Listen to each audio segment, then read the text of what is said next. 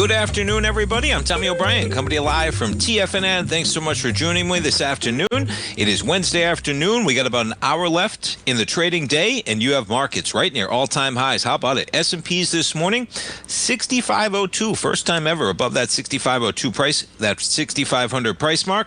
Holding up well, up 11 points, but just off the highs. As I mentioned at the top of the hour there, it's not the NASDAQ leading it right now.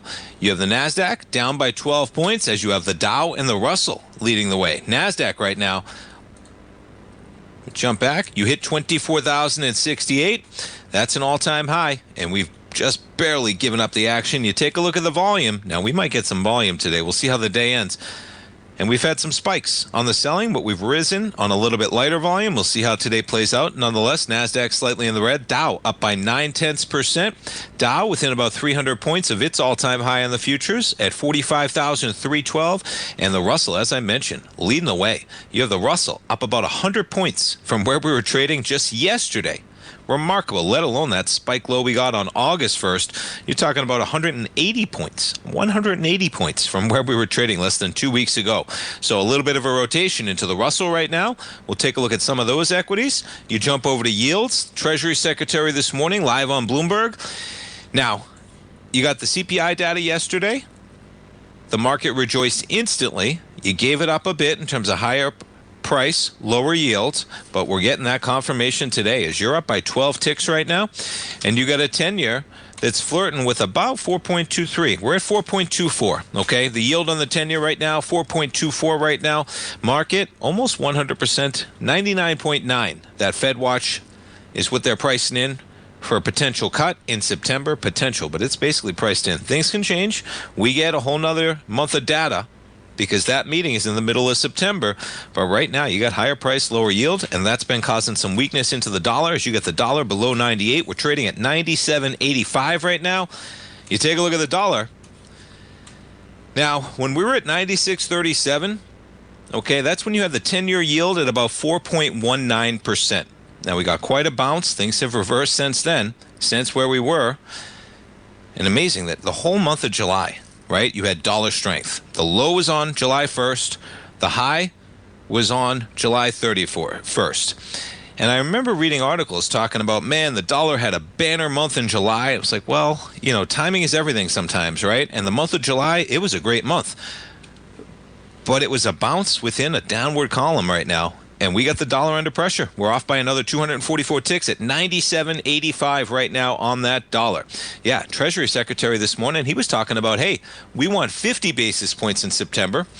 And you know this administration wants lower rates. And if the market's pricing in a cut already from September, then the only way to push for more is, yeah, we're pushing for 50. And he was talking about 150 to 175 basis points overall from where we are right now. That'd be quite a cut. All right, let's take a look at some equities. And boy, we got some equities moving, man. How about Apple?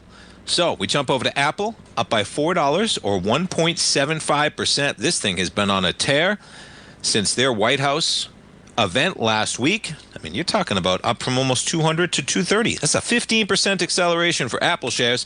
And this one, though, today is talking about AI robots, home security, smart displays, and all when it comes to AI. Yeah, new devices, robots, Siri in a lifelike version, and a tabletop robot that's going to serve as a virtual companion. Guess what? We're talking about 2 years from right now. It's always amazing how the market reacts. But nonetheless, you have market higher, and it's part of Apple, the effort to restore Apple's mojo, as Bloomberg puts it. At the same time, yeah, are they missing out on that generative AI revolution?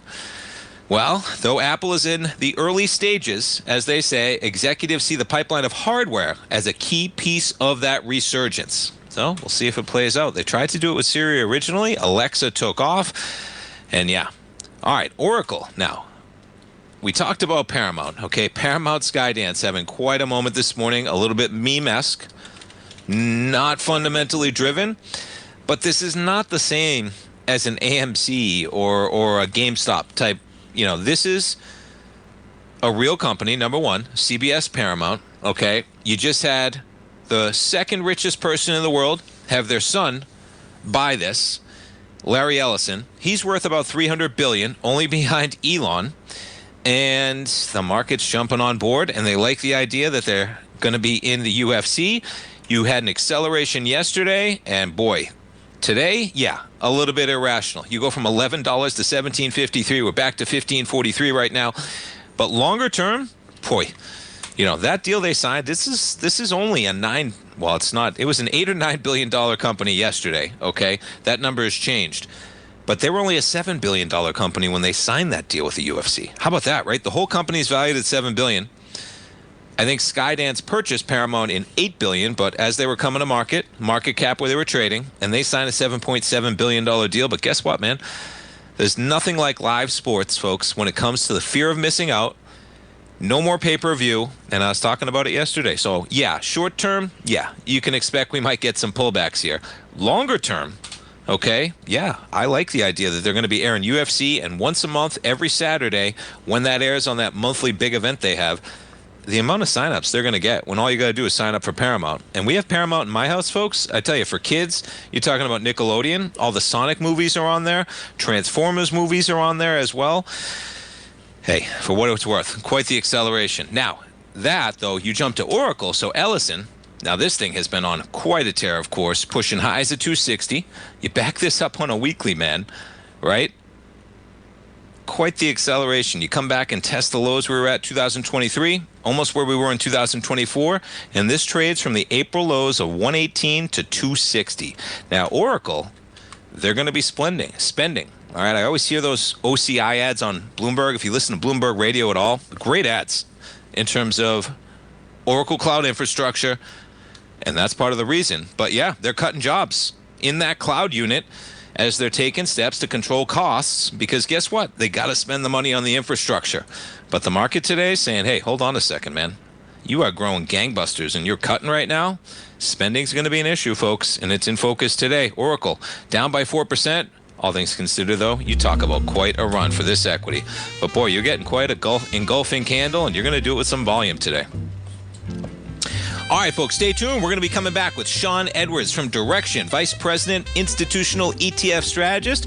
We're going to be talking some equities. We'll be talking some ETFs. We'll be talking some semiconductors. Always a great segment. We're coming back with Sean. Don't go away, folks.